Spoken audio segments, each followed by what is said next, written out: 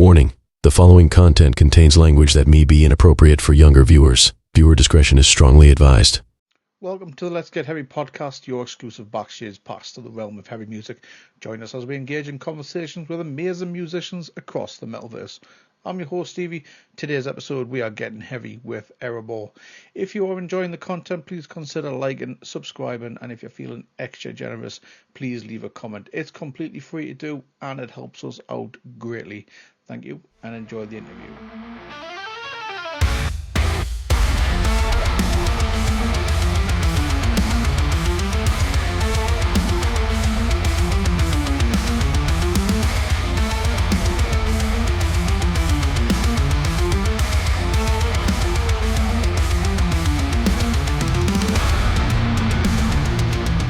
So guys, first of all, this is where I normally introduce myself, but we know each other very well.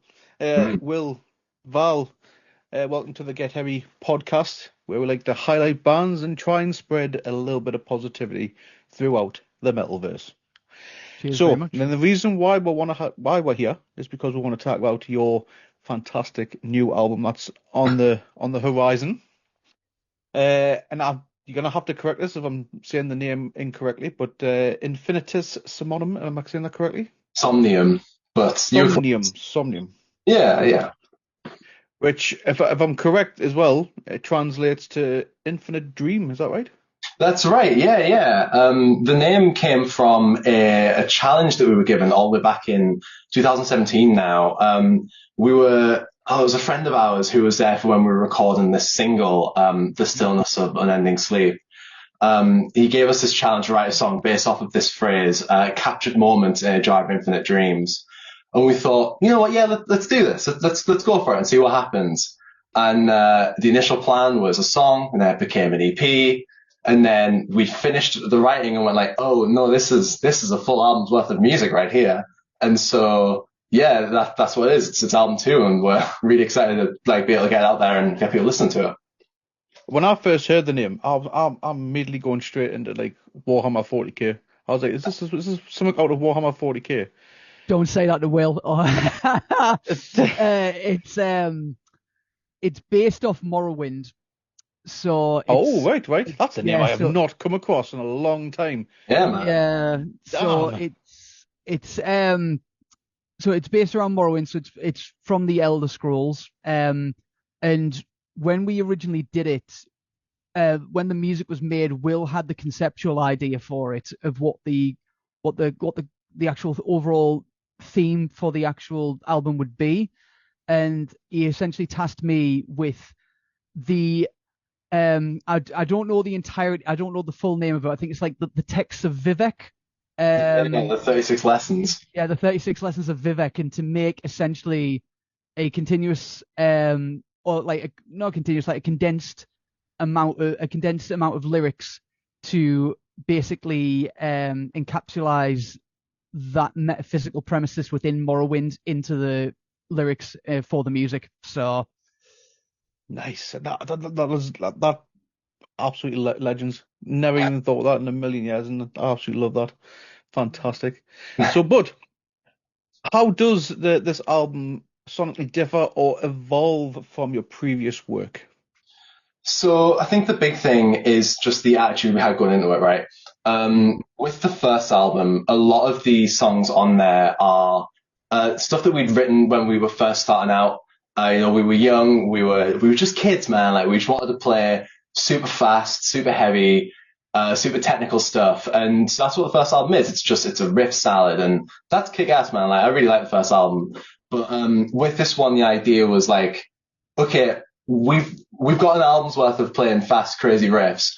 Let's take a step back a little bit. Let's try and make something more focused on kind of melody and atmosphere and those sort of more airy, sort of progressive elements.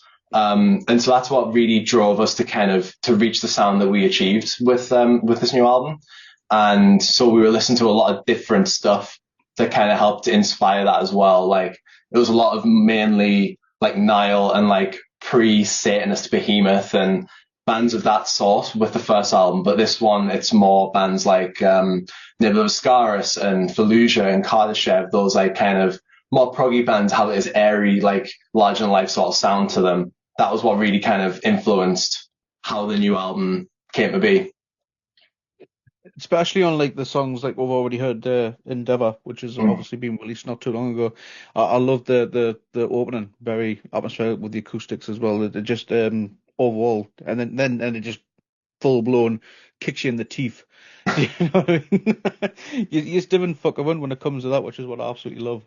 Oh yeah. But what were were there any specific musical goals or experimentations you aimed during writing this? So the big thing for me was the plan or the idea was to kind of make a whole album that's one like consistent piece of music the whole time.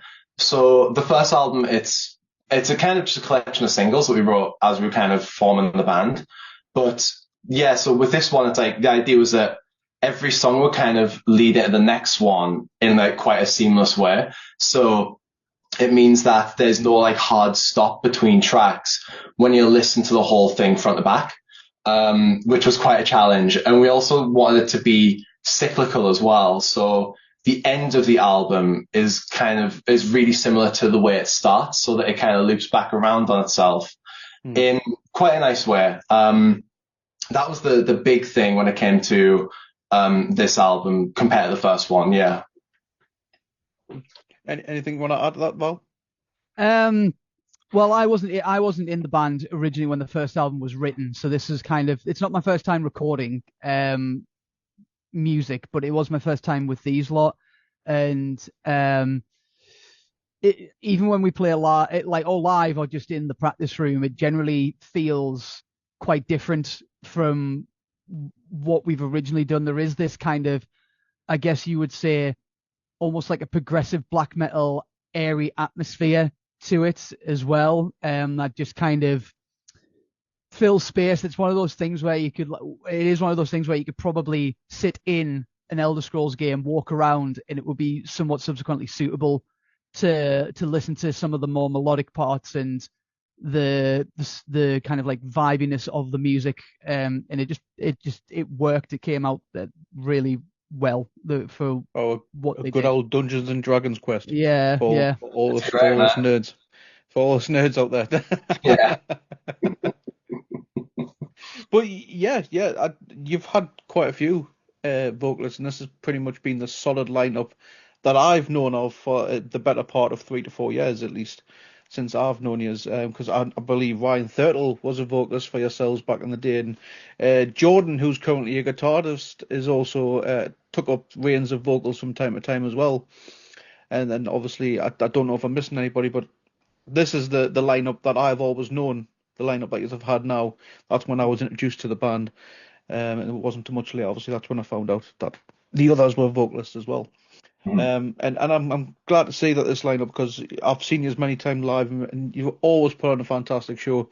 The technical prowess of yourselves, vocally from yourself, Val, guitar playing, your bass, Will, it's absolutely insane for everything that you guys do. So you're one of the hard-working bands in the Northeast, and I absolutely love what you do. No, thank you very much, dude. Yeah, it's not easy, man, but it's really a challenge, but it's a lot of fun, and yeah, it's always a blast to kind of get up on stage and play some of those crazy songs. There's a little bit of showing off in there as well, obviously, but like, but hey, mate, if you've got this talent and if you've got the skill to do it, why the fuck not? Well, yeah, exactly. Why not? Right, it takes a lot of practice. My lord, does it take a lot of practice? If I could do it, I would. If I could do it, I definitely would. So why not? But the technical and progressive elements of your sound are always, like I've just said, impressive. What are some of the key musical influences that shaped the composition of this new album? I've already kind of mentioned them, but I guess there's 3 or 4 which are big, and the first one will be Nebula Obscurus, and that primarily comes down to the songwriting and like the kind of way they structure their songs. Particularly the album Portal of Eye, which was their first album back in 2012 now. That kind of opened our eyes to like, oh, this is how you kind of write longer songs and make songs kind of flow in a natural way and like make it work. And so that was a big one. Fallujah were really big for us in regards to like how they kind of build around their like kind of guitar playing, like kind of like more atmospheric elements, like the use of synths and like these like crazy leads that like play like really high on the fretboard as well, like over top. Kardashev was very similar in that like they use a lot of those same elements to kind of help like make that sort of wall of sound that we wanted to go for as well. And there's some riffs that were really inspired by bands like Rivers of Nile and Archspire and Kaelestra as well, another UK band. And a bunch like influence came from a bunch of places. It would be difficult to list them all, but I think those are probably like the big ones as far as like the new album is concerned. Mm-hmm. Anyone that you might have missed, Val, for yourself? So I come from like I'm the oldest one in the band, so like not by loads, but I am in general. I think maybe I'm the oldest by maybe 3 to 4 years. So I don't play anything. So a lot of my influences primarily come from more like lyricists angles. So I like everything that everybody else in the band likes. Like I like all my tech stuff and my prog stuff, you know, like Ulcerate or Nile, Decapitated. I was like there at the show last week. And I like my black metal and stuff like Dark Funeral, all the way back to new metal like Spineshank, Slipknot. But my influences, yeah, man. My influences, I would say primarily a more lyricist ways. So I would say, I mean, like Will gave me the lyrical content to kind of work with, or at least the subject material to work with. I kind of was allowed to do what I want essentially with that material. But I would say my influences when it comes to lyricism and how to write lyrics are probably Corey Taylor, especially the early Slipknot stuff. It's quite well done if you read it. And my other bigger influences would probably be Danny Filth. He's actually really, really good lyricist. Like he can put really complex and kind of lexiconical words in without it seeming like it doesn't belong there. And then there was another influence I had from an old UK metalcore band called Johnny Truant. There's an album called In the Library of Horrific Events, and the lyrics in there are really good too. So that's kind of like the three main ones that I use is kind of my main thing when I'm writing something to the music. Primary storytellers, really what you've just chosen there, to be honest with you, aren't they? Yeah. Yeah, and they do it very well through their music. Very passionate people like you've just mentioned. But you said that Will gives you kind of like a subject or material. So does he give you like an overall theme and then you go from there? Yeah. So the reason that I was given an overall theme for this one is because the concept was already there. Like the idea had already been kind of given birth to. So I just kind of went with what was requested, which is fine because we both love Elder Scrolls, so it's kind of like whatever. So it wasn't really an issue. But it was also a nice challenge as well to kind of say, can you write about this idea that I have already like thought about? And I was like, yeah, let's give it a go. And it's actually, I would think it's some of the best stuff that I've written, especially considering it has a more like metaphysical spaciness to it. So yeah, that's kind of how it went. I think when we get to album 3, I'll have a bit more leeway and write some lyrics of my own. But it was good. It worked out well, and I feel it's shone through if you were to read them. So, I mean, you're a storyteller yourself. Do you know what I mean? Yeah, I know you're in the middle of writing a novel. I've got as well on top of that as well. Yeah. But so yeah, I know you're a bit of a storyteller, and when it comes to your lyrics as well, and you can see that with the music, it works, it blends so well.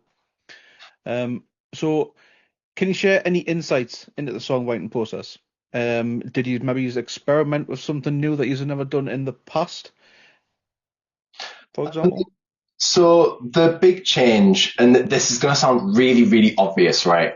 But the big change we made was it was mostly myself and Mia who did the songwriting for this album.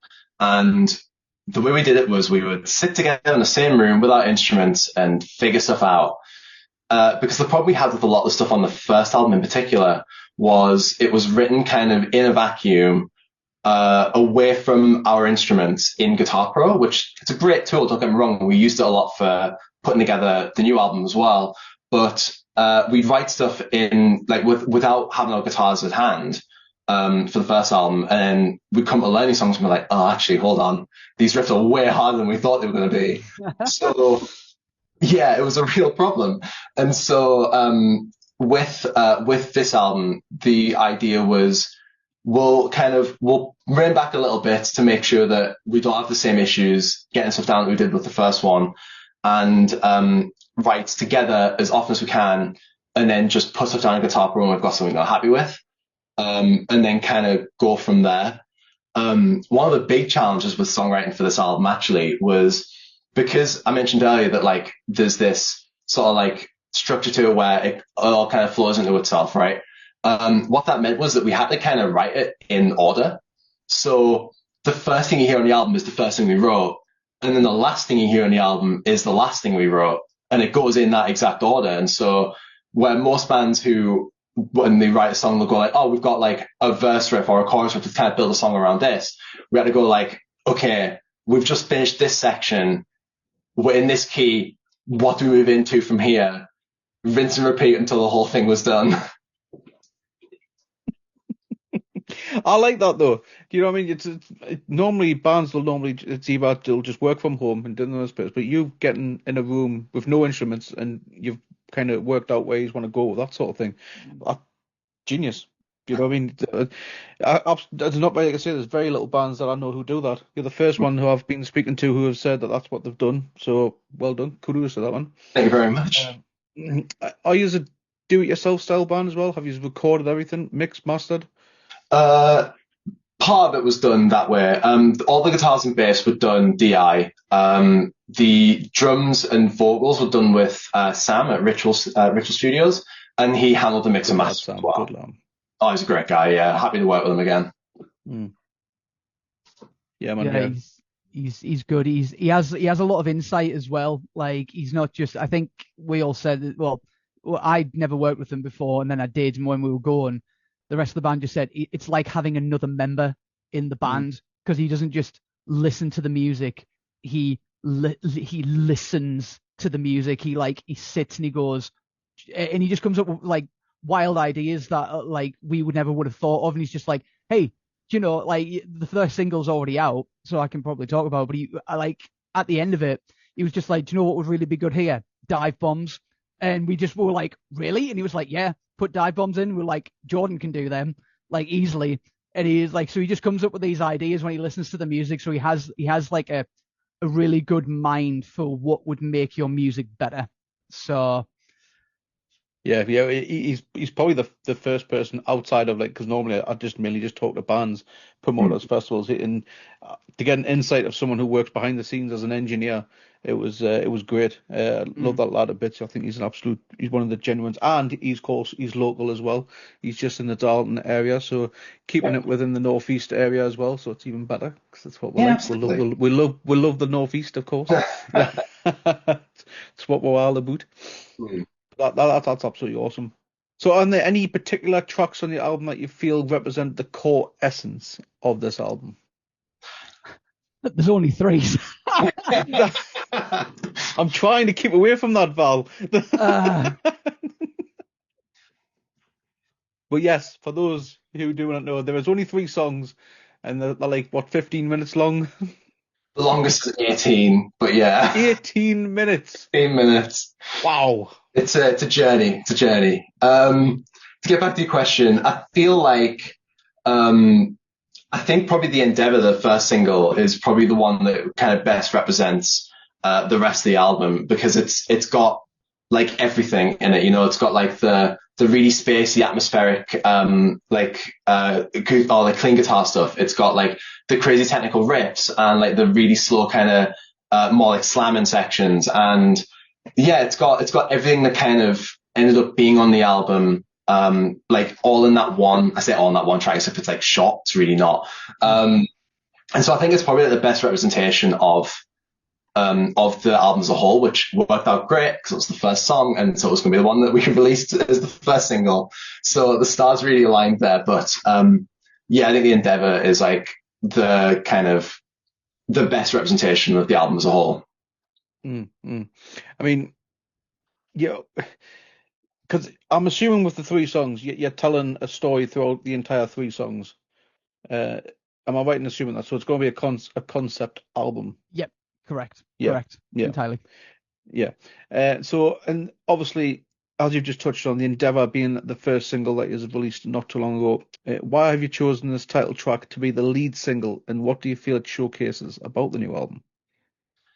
I mean, first thing, it's the first song on the album. It's the first part of the story. I think it made the most sense to start at the beginning, to kind of bring people along this journey with us from the very start. And so that was probably the main reason. And again, because of the fact that it's like it's all kind of one consistent piece of music, the whole album.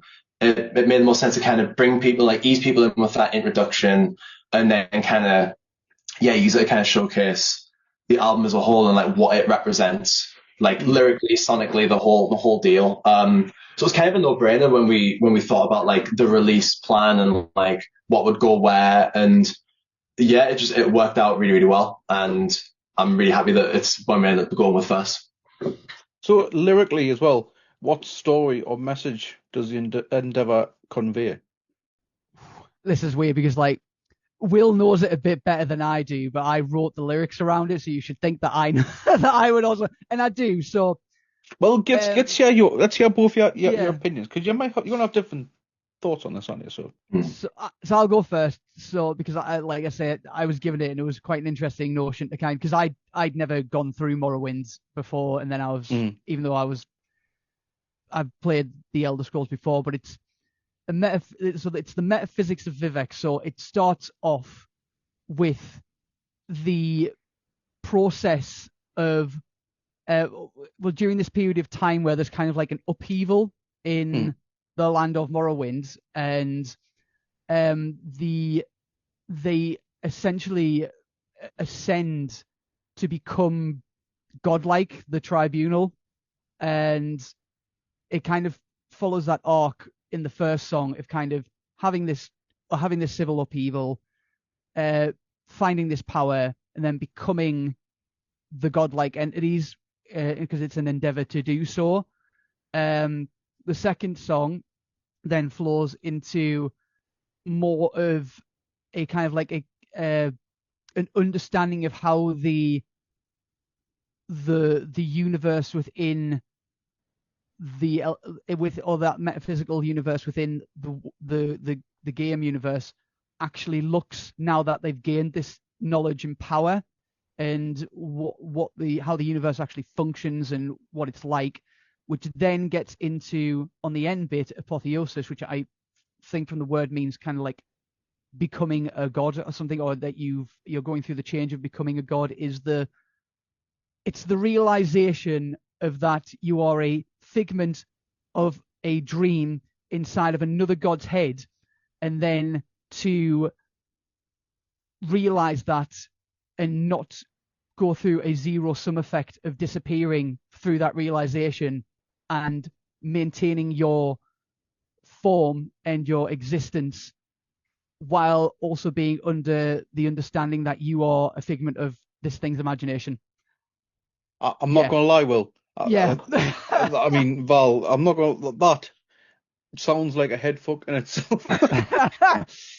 Hey, the guy that wrote those things as well, I'm pretty sure he was doing some crunch hours too. He must have been on some coffee doing that stuff. But I think coffee on top of like caffeine pills, probably like Pro Plus, probably Monster on top of that. God knows whatever.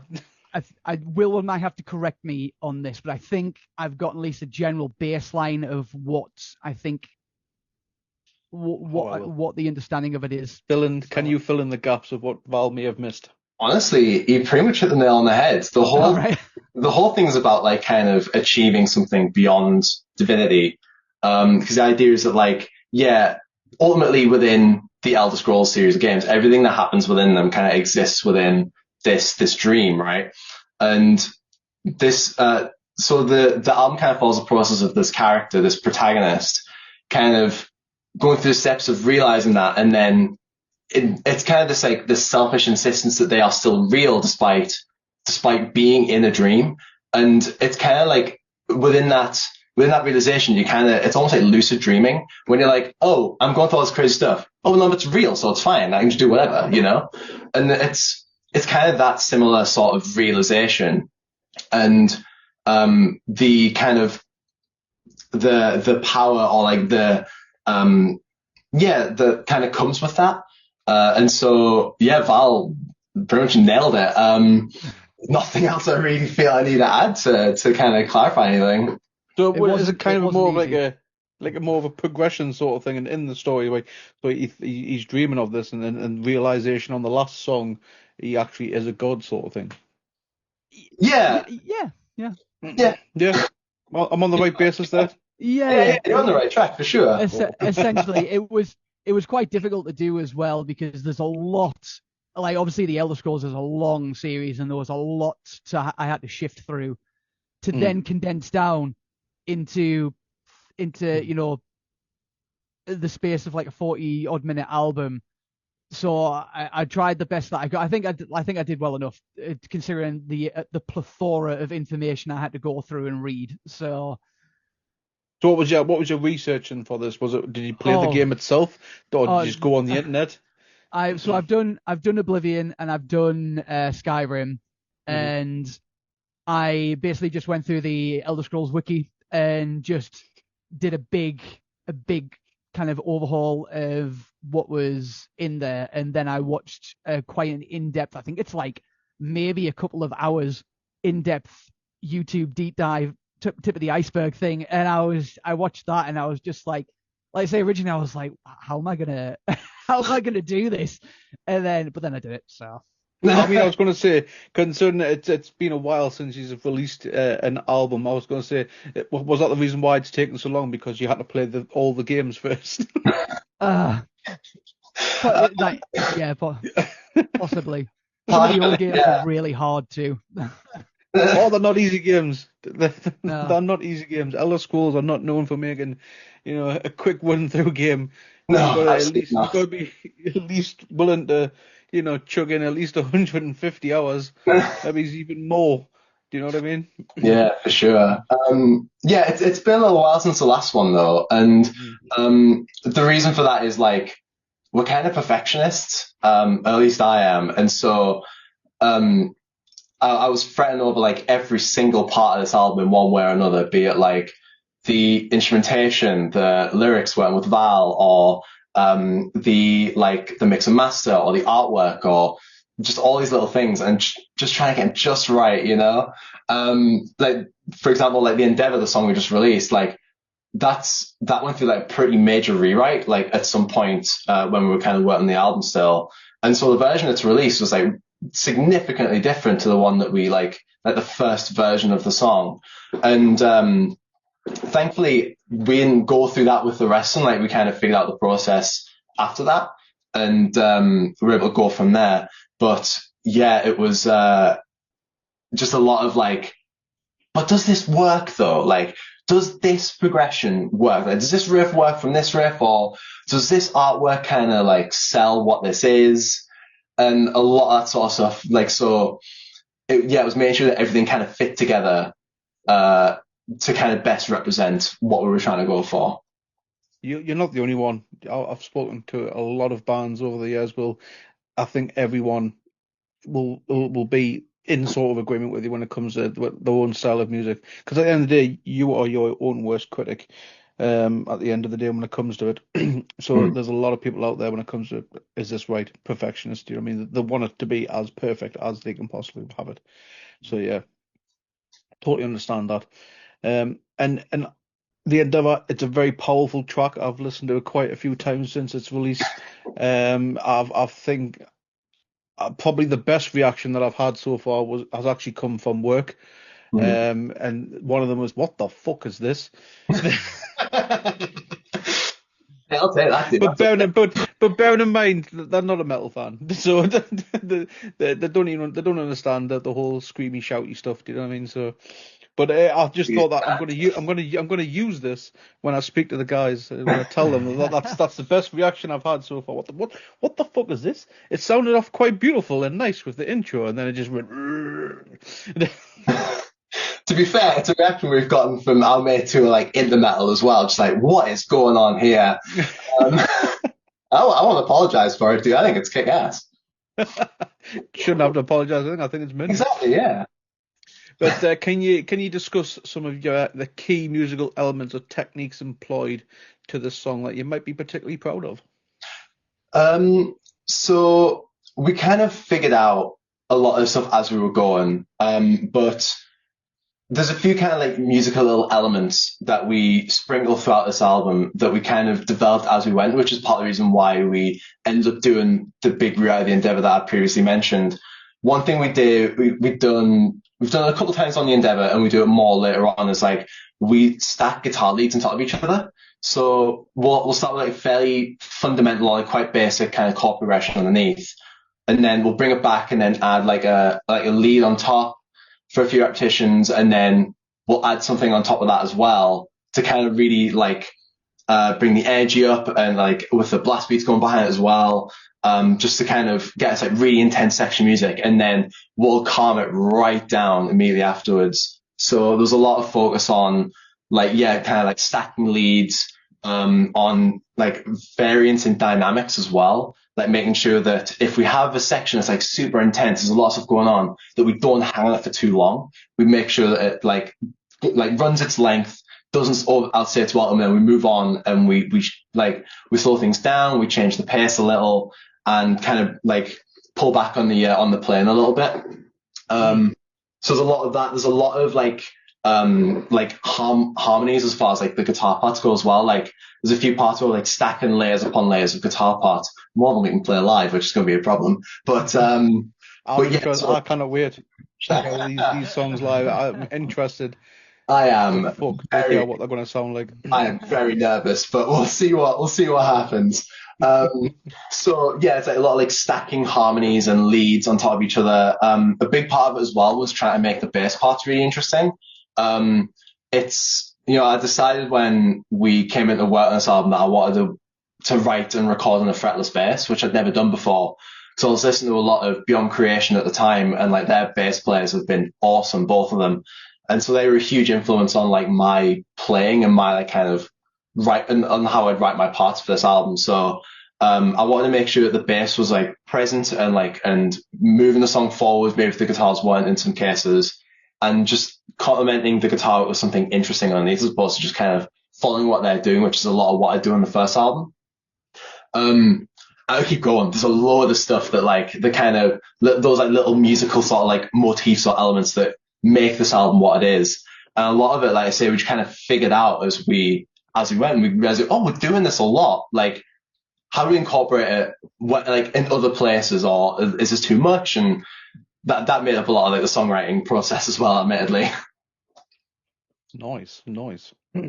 And obviously, I like to give a shout out to obviously our artists as well, because the album cover is absolutely beautiful, magnificent. Who was the man or female or person behind this fantastic cover? It was Erskine Designs. It wasn't something that we commissioned from them, but it was like a lot of these artists will kind of just make pieces and then like send them off to people to buy outright. And so I think it was like one of the first times that we'd met up as a full band after getting Val involved. We'd gotten together to do a photo shoot in the woods because, we're a metal band. And of course, gotta fit the cliche, mate. Yeah, exactly. So we met up to do this photo shoot, and I showed the guys like, look, like this guy just posted this artwork to his like Instagram or whatever. I think this will work really, really well for the album. Like, what do you guys think? And everyone loved it, so we got in touch with them. We were able to secure it, and then we made a couple changes and got some additions done, and like a lot of like layout work done for the album as well, because it was just the one piece that we ended up buying initially. But yeah, like we saw and went like, yeah, this is what we want this album to sound like. And the stars aligned, man. I don't know a better word for it. Massive shout out to them because they've done an absolutely fantastic job on it. And I love the whole purple and gold theme that you're going with as well. Absolutely beautiful, really is. Fantastic. So big shout out to them. And you've obviously got 2 more songs due out. What are the names and titles of these songs? The second one is The Tower, and then the third one is Apotheosis, or The Apotheosis. Which the titles kind of encapsulate the lyrical context of the song quite well as well. So you can tell what the song's kind of about just based on the title if you were to read the lyrics. So I'm getting more Lord of the Rings vibe here now, actually. Now, there's a little bit of that in there as well. I mean, we are called Erebor, like it's always going to be. This is true. This is very true. Yeah, 100% with the name like Erebor, of course. It is from Lord of the Rings, of course. So will The Tower be the next single release, or are you dropping both songs together? The Tower will be the next one, and then we'll be releasing the Apotheosis a little while after that. I think Apotheosis will probably be around the album release in July, because I've got no cards left in our hand after that song comes out.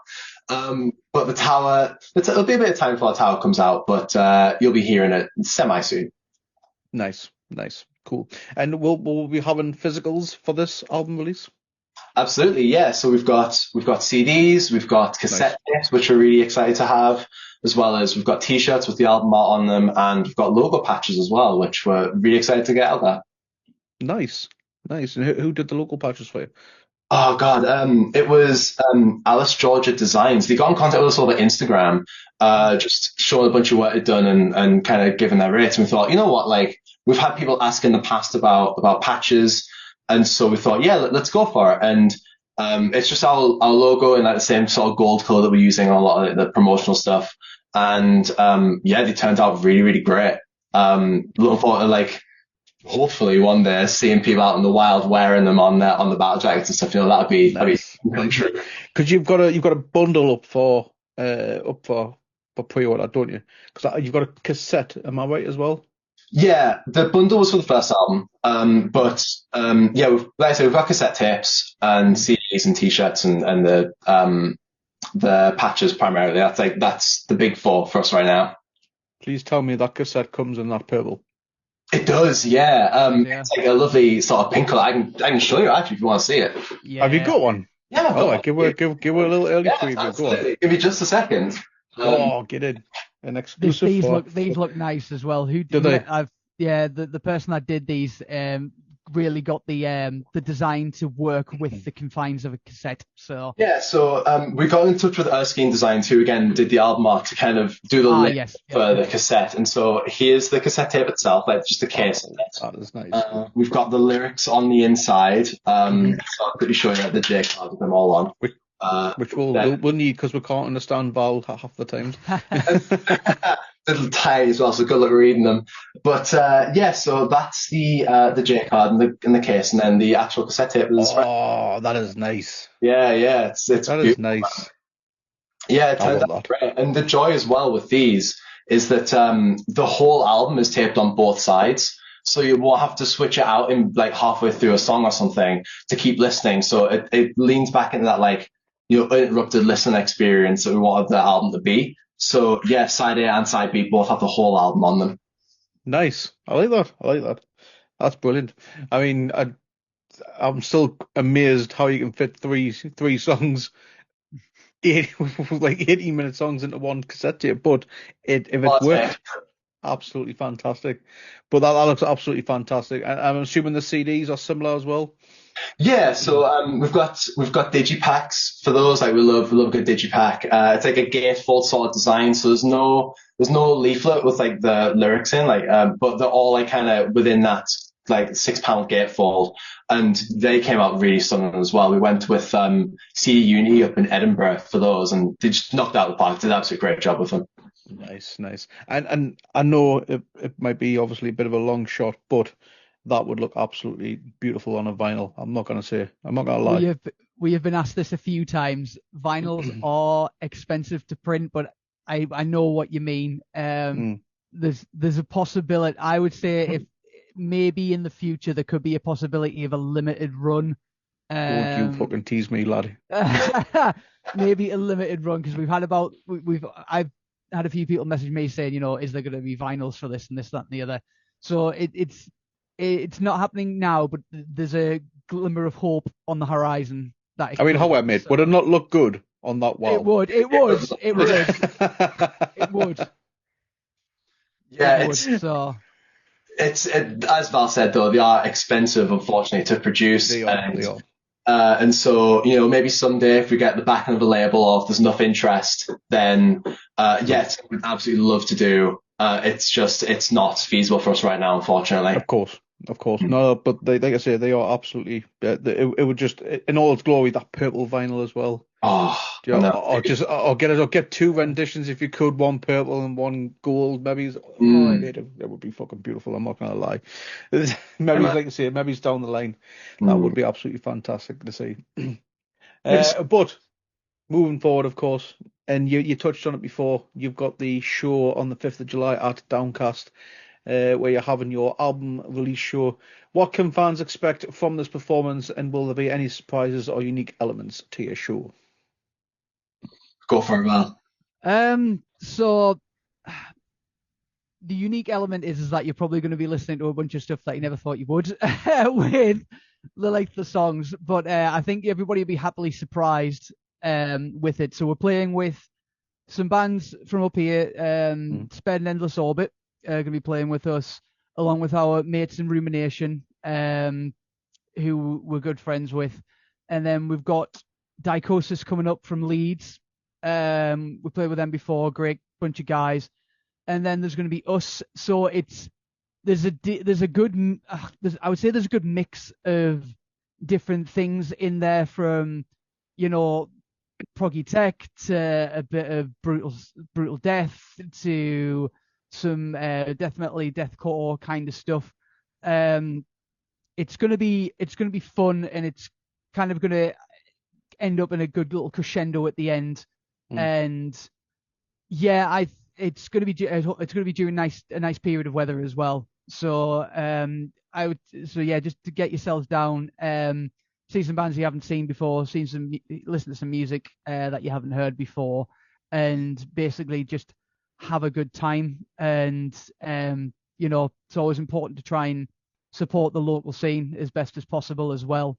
Every band that you've ever liked has always started off as a local band. So it's going to be good, and we look forward to seeing everybody there and just sharing these new tracks with people, because when we have done them, people who have never really listened to or kind of thought they might be into longer progressive stuff have came up to us and went, I actually enjoyed this song, or I enjoyed this part about the song, and I don't usually listen to this type of metal. So we're really looking forward to seeing what people think. There's a lot of people now that they go for the short form content, don't they? Yeah. A lot of people kind of drown out after a while. But anyone who is watching this back later on, you are in for one hell of a treat. Mark my words, because I've seen Erebor many times. You are in for one hell of a show, and I've never had the chance to see Spend Endless Orbit before, so I'm very much looking forward to catching those guys. Rumination I saw with Copaclysis, who are absolutely phenomenal. Honestly, they know how to make a show and just kick you right straight in the teeth, in my opinion. And you said Dichosis, I've never had the honour of seeing them live neither, so I'm looking forward to that. So it's going to be one hell of a show. But I don't get to see much of it because I'll be on the doors running tickets. Get Sean to do that and you can come into the crowd. Yeah. It's not a bad idea. I have my moments. Yeah, it's got tech turns. So, but how important is the live performance aspect to Erebor? How do you translate or increase the technical nature of your music to a live setting? It's hugely important to us. Like it's one thing to be able to like write and record the stuff. It's another thing entirely to be able to play it live. And we never want it to be categorized as like a studio band or like one of those projects. I'll not name names, but you can probably think of somewhere it's like where they're clearly just faking it in the studio and they can't do it live, or they don't tour, or they have to rely on like crazy amounts of backing tracks and like all these little cheats in order to get through a set. We never wanted to be that, and so for us, it's hugely important that we can nail these songs live as consistently as we possibly can, and that's part of the reason why for the album release show and for any shows afterwards, we've been investing in like kind of updating our live rig. For the longest time, we weren't using any sort of monitoring system at all, outside of what venues provided. But we've been looking into and like kind of investing in some really good in-ear monitoring tools and like software and stuff. And we've got our first practice with that stuff coming up this weekend actually. But we're hoping that like being able to use that stuff will really help to tighten us up live and really bring that extra element to our live shows, making it like as on point as we possibly can get it, Yeah, so you touched on as well that you've been updating, obviously your gear and stuff like that for our gear heads, because there's a lot of people who watch these interviews who are just massive on like, what they use and stuff. What are you all using on a live setting? Well, right. So, bass, I am live. I'm playing a Dingwall NG3, which you can see behind me. Yep. It's a beautiful, beautiful instrument. Plays like a dream, and it sounds unbelievable when mixed with like the Dark Glass distortion pedals I'm also using. I've got a little pedal board which has just a little tuner in it, as well as a compressor, the Hyperluminal from Dark Glass. I've got the B7K Ultra after that, and then their noise gate as well, the NSG. And it just sounds monstrous live. It's, for the longest time, I was always insisting like, no, I'm going to play with a clean tone, no effects, no nothing. And then I watched one Periphery playthrough where I was Nolly playing a Dingwall, and it changed my entire worldview forever. Our guitar players, Mia is using a Strandberg Borden 7-string, running through a Line 6 Helix. And Jordan, that's an absolute beautiful guitar. It is with the no headstock on it as well. Beautiful. It's a stunning piece of kit, and it plays like a dream as well. I really want to get one. And Jordan is using a multi-scale Prestige Ibanez model, the two-tone one with the what they called, the Fishman pickups. I'm not 100% sure on his pedals. I think it's a Mua like digital pedal board he's using. That sounds awesome. And I can't speak for Tom. He's got a myriad of gear being the drummer. I don't want to falsify his live equipment. No. What about yourself, Val? What microphone are you carrying? I've just got an SM58, durable. It's just a workhorse mic, but it does what it's supposed to do. I just take it to every show, and it's seen its fair share of, spittle and screaming into it. So yeah, SM58, just an XLR cable, straight through into just the PA system essentially. That microphone knows you better than anybody with the amount of screaming that you've done it. Yeah, so just something simple like that. But like Will was attesting to before, this is going to be a bit of a step up because we were playing everything by ear originally, and for Tom, a lot of the time he wasn't playing anything by ear. He had to just go through like the idea like of the song in his head sometimes, because like when you're playing live, it can be very difficult to hear yourselves. Which I would say it is kind of like shows as a testament to what we're trying to do, and bless him, we sometimes we used to play the songs a little too fast as well, and we'd be at the end of the show, we'd just be like, Tom, we're so sorry, like we just played that way too fast, and he's like, whatever, that's fine. So with this new gear, Was he able to match your pace though when you played it too Yeah, fast? yeah, of course. Tom's an What a absolute, champ, you see. But it's What a- great what a- pass, I think. yeah, Tom's a machine. Tom's absolute machine. But with this new gear, we will really be able to lock in and to really kind of like smooth out any rough edges, if you heard any rough edges, considering that we're at Tech Prog, so you probably heard it and just went, oh, that's probably part of the song. So yeah, it's gonna be a new era for Erebor. Oh, I cannot wait, mate. Cannot wait. So, going into like more of the local scene, what are your thoughts on the local metal scenes in and around the Newcastle area? How do you feel it celebrate your album release in the home region? We're looking forward to it, man. Like, we've been in the Newcastle scene for years, played with loads of great kick-ass bands here, dude. Like, it's incredible, like, how many just great bands there are, like, around us. It made it really difficult to pick 3 others to play the show. So it's like, we can play with these guys or like all these other bands as well. And it's like, oh, God, pick 3. How do we do this? So yeah, like it seems like the scene around here, around the Northeast, is doing like really, really well because there's loads of great bands already out there. There's loads of great bands that keep popping out the woodwork every day, it seems. And yeah, like it couldn't be better. And Erebor's been going for a long time. And so we've had the pleasure of playing with a lot of different bands over the years. And it feels like now, like at this point, we're stuck for choice. Like there's so many good bands. It's hard to pick like bands to just play shows with because they're all just kick ass, dude. Yeah, couldn't agree more. It's the level of talent that's coming out of Newcastle alone is absolutely insane.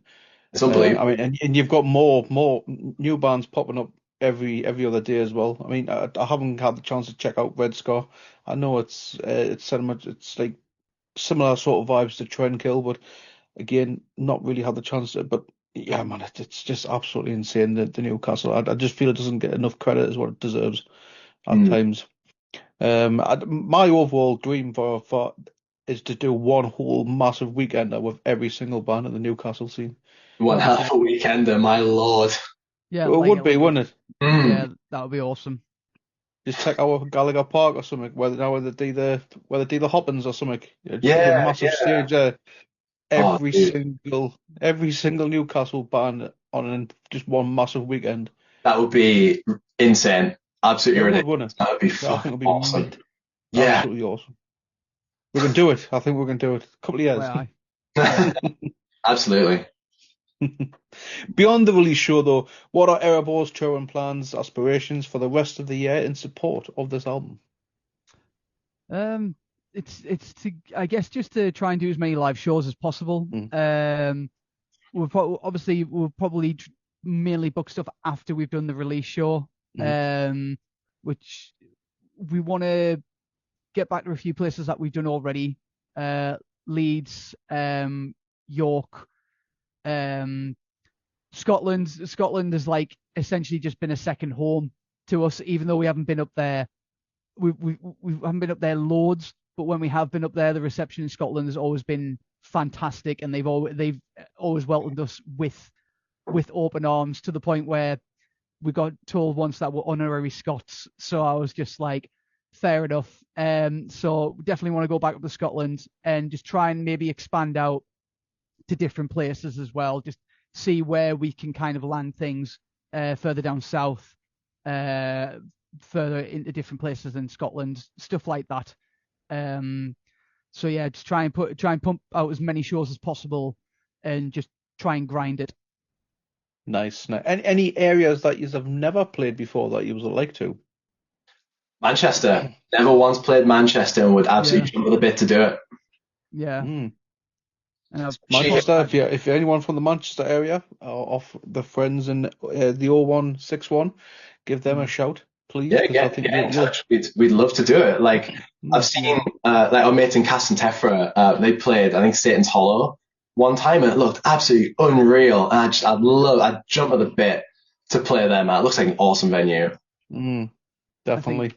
I think Nottingham and maybe down near London or in London would be a good one as well. Is Nottingham got the Tap and Tumbler? I think that's called. So Yeah. Nottingham and down near London would be good as well. And if you're going to London as well, you got to go on the cart and horses, the Yeah. home soil of Iron Maiden. Do you know what I mean? Get yourselves doing that. The pilgrimage, it's got to be done. Yeah.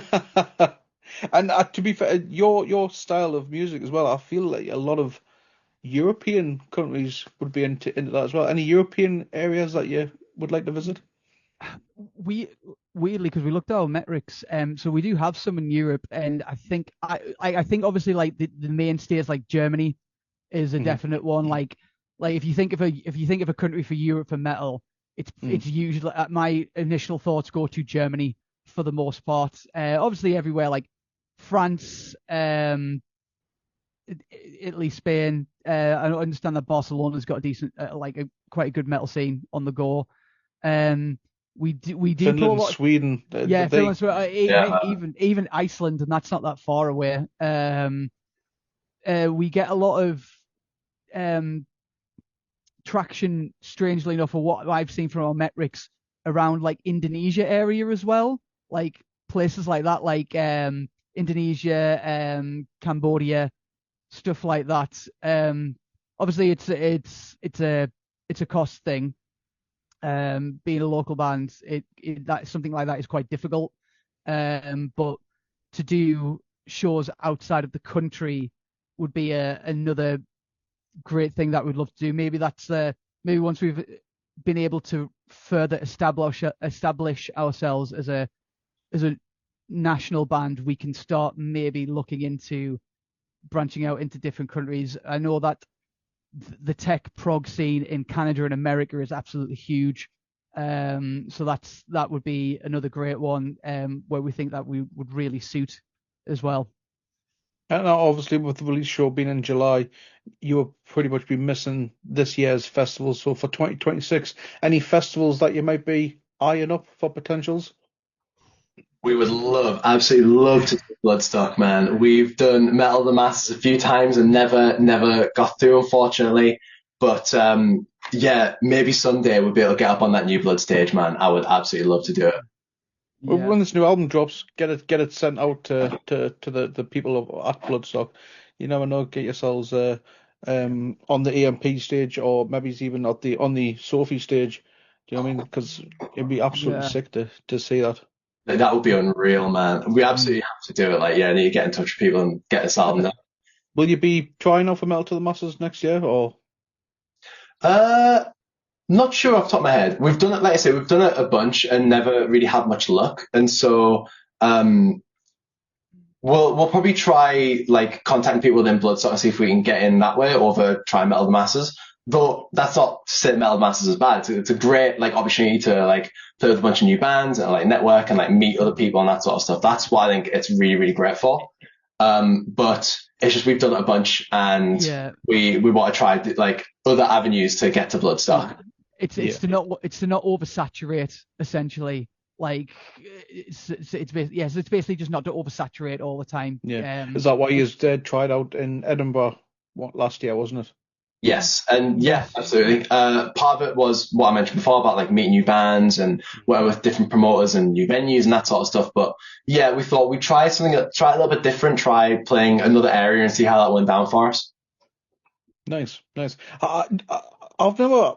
How do you just apply? Because I always thought you had to be like within a certain radius of the region. You can put your name in for other places, and I just believe that you are allowed to do it. Obviously, when we did it in Scotland, they were like, your chances of winning or getting through aren't really that big because you're not a local band. It was like, that's fine, whatever. Like, my advice to other bands is that use it like going to the other Metal to the Masses, and if they allow you to apply, is actually a very good way to play outside of your city, just so that you can be heard in a different location, which is really which is a really good way of doing it. That's how we've met a lot of our mates from the Scottish area, just by doing that. So I believe, like, obviously I don't know what the other promoters and organizers rules are, But usually you just apply or get hold of the person or get hold of the page and say, we would like to put our name in for this. That's how you do for the Newcastle one, and got hold of them in Paul McMillan for the one up in Scotland. Just like, we're interested in doing this, and he just went, he went, yeah, okay, we'll give you a shot at it and we'll give you a go. And thanks for applying and thanks for playing the shows, and it just went from there. Really, you took a shot. That's at the end of the day, and like Will said, it's good networking, good meeting, playing crowds that you're not normally used to, and it's not normally the case. Just because you're not a local band doesn't mean you're not necessarily going to go through it. Because I believe in different regions they'll have different. Because like Manchester, I do feel is primarily a thrash area.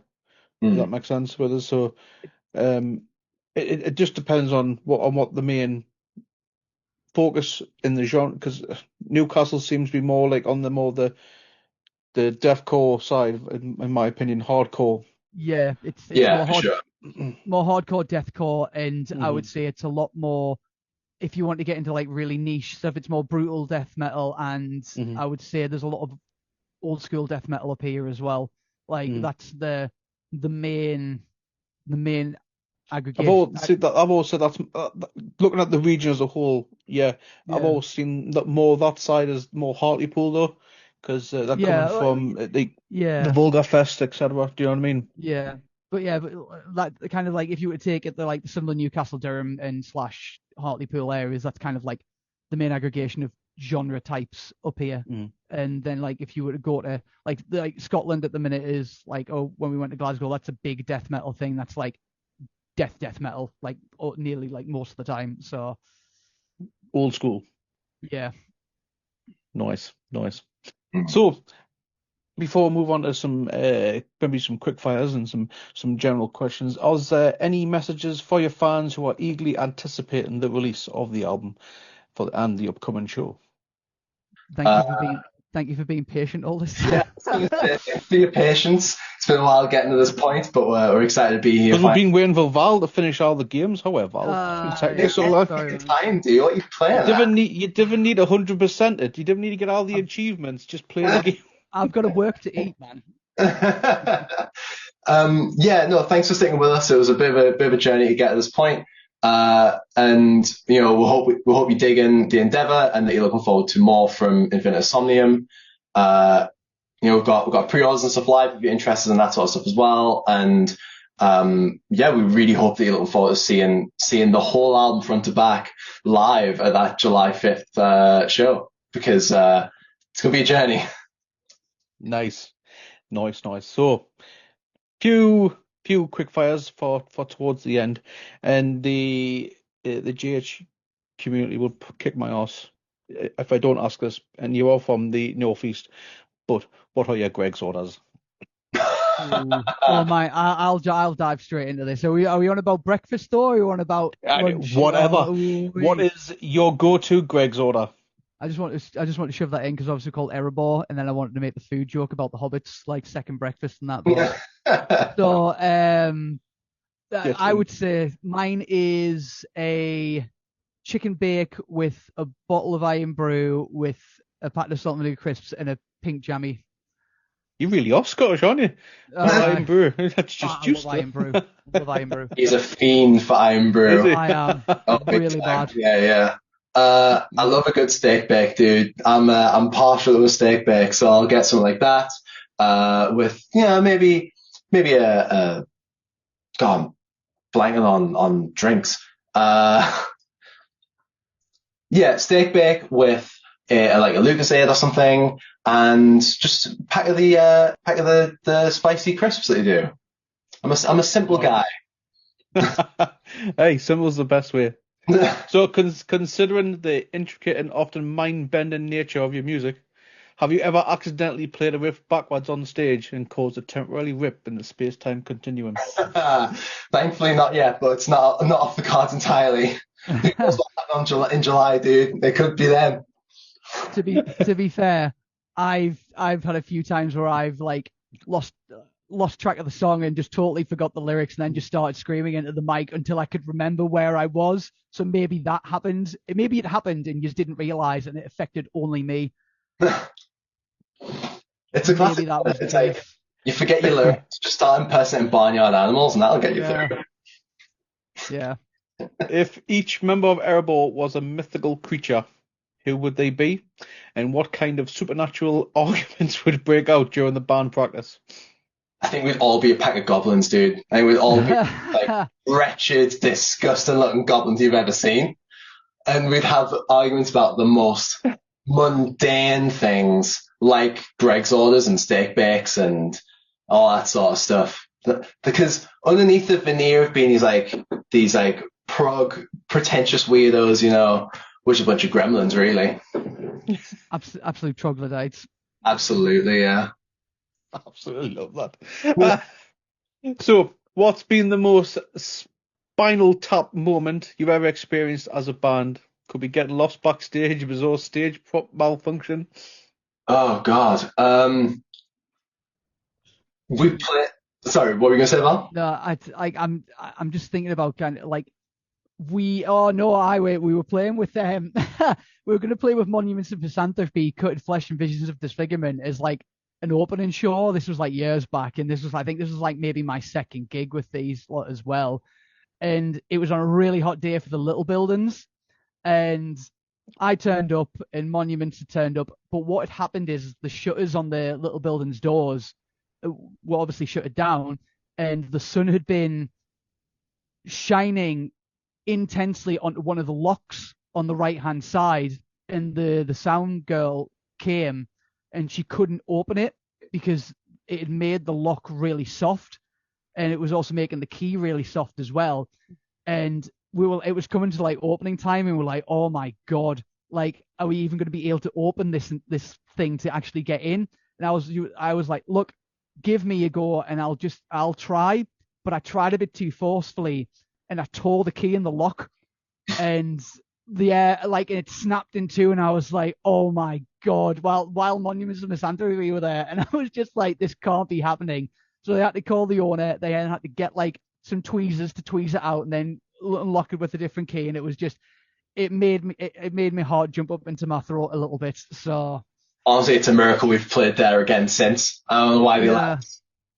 So that was a bit of a kind of a oh no moment. Squeaky bum time. Yeah. Bloody hell. There's always one in there. Mm-hmm. Have you ever tried to explain your music to a non-metalhead relative? What was the reaction, and what anthology did you use to try and make sense of it? The way I always describe it is like, so it's like death metal, but you make it way faster, and all the riffs like super crazy, and then you make all the songs really, really long, and that's kind of what we do. And the response was like, yeah, but what's a riff? And I go like, this isn't worth my time. What's going on? Yeah, I found that before. I went like, what? What do you mean? What's a riff? I had somebody at work go, because I put it in the work chat saying, oh, the new single's released. I know it's not your type of music, but if you would like to listen to it, I appreciate it. And one girl put back in the chat, she was like, Val, I'm more of a Beyonce type of girl. What you're doing, I appreciate it, and it's good. And I was like, thanks. And she was like, maybe you could do with Beyonce. And she was like, I was like, that would be a dream. She's like, oh, we can have the best of both worlds. And I was just like, or you could have the worst of one, i.e. us. So there you are. Beyonce tour, let's make it happen. Yeah, man. Stadium of Light.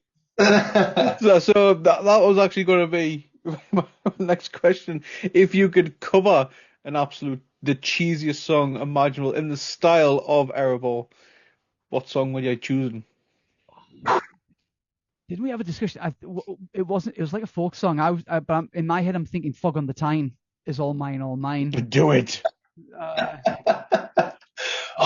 Man, like, for me, if it's going to be like something like really, really cheesy, my first thought is like a Jedward song, or some of like one of like Bieber's early tracks, or something by Rebecca Black, like that like proper like mid 2010s like pop music that hear everywhere and you can't get it out of your head, no matter how much you try. It would have to be something along those lines, and we just fill it full of blast beats and crazy riffs and stuff. And But there's 5 years. It's longer. What, Spice Girls? There's 5 years. Spice Girls. Oh, it's a bit of a no-brainer, really. I don't know why I went. Who's gonna wear the Union Jack dress? That's the question.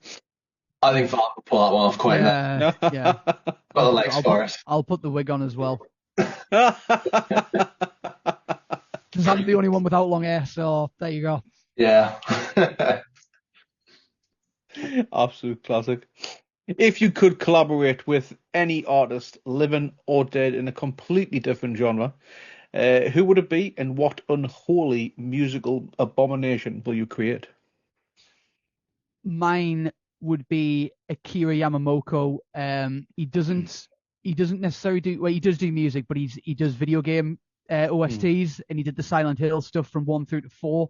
And to do something with him would be just, I just don't understand how he understands music, because when he makes music, it's just like, you know, he's just on a different plane of existence when it comes to thinking about it. So I'd like, if I could have him in a room working with us on something, I would love that.